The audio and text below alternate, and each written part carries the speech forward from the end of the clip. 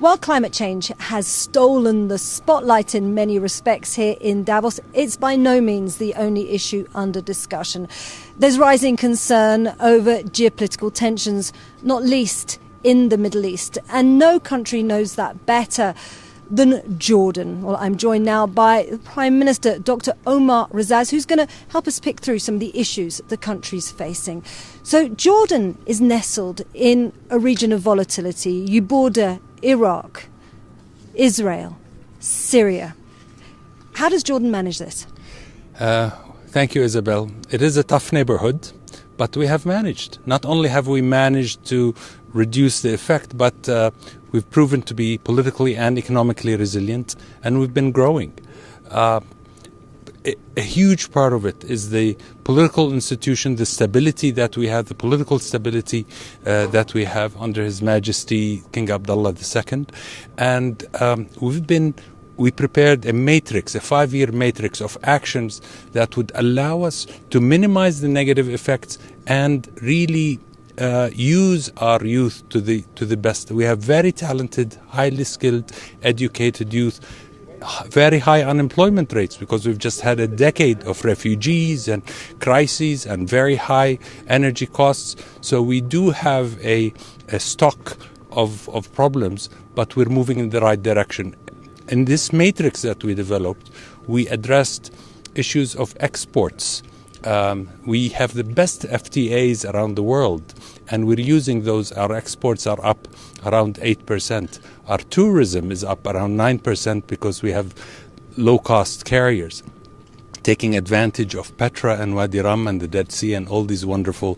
ICT is an incredible resource. It's growing at around 11 or 12% a year because we're doing business process outsourcing out of Jordan and providing opportunities. So the challenges are great, but we've figured out how to deal with it. The challenges are great indeed, and as you say, you are facing. You're at the forefront of the refugee crisis, and your country has welcomed over 1 million refugees, and that's taken its toll. Do you feel let down by the international community? The burden has been tremendous. It's 1.3 million refugees. Around 20% of Jordan's population today is made up of refugees.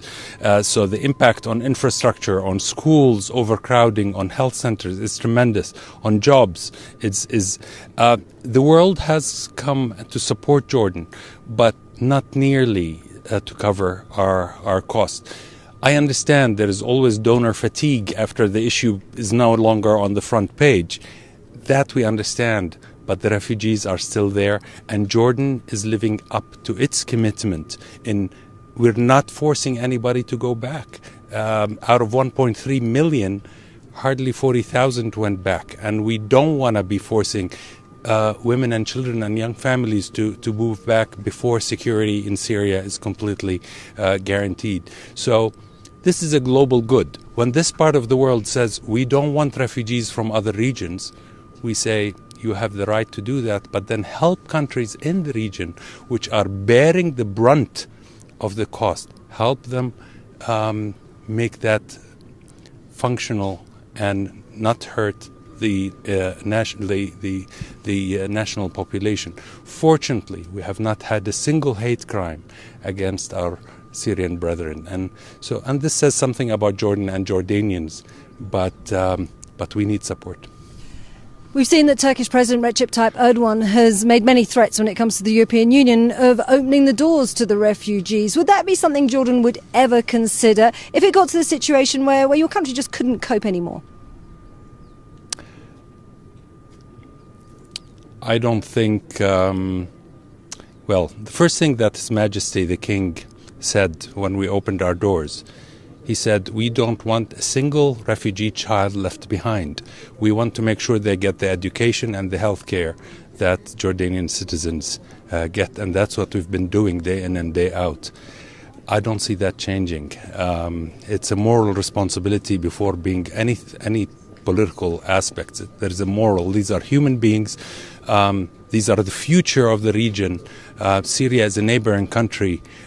They will rebuild Syria. We want them to be healthy, smart, educated, and participate in the rebuilding of Syria. The last thing we want is angry, frustrated, uneducated youth who will become victims for extremism in the future. This is in nobody's interest. Dr. Omar Razaz, Prime Minister of Jordan, thank you so much. Thank you, Isabel.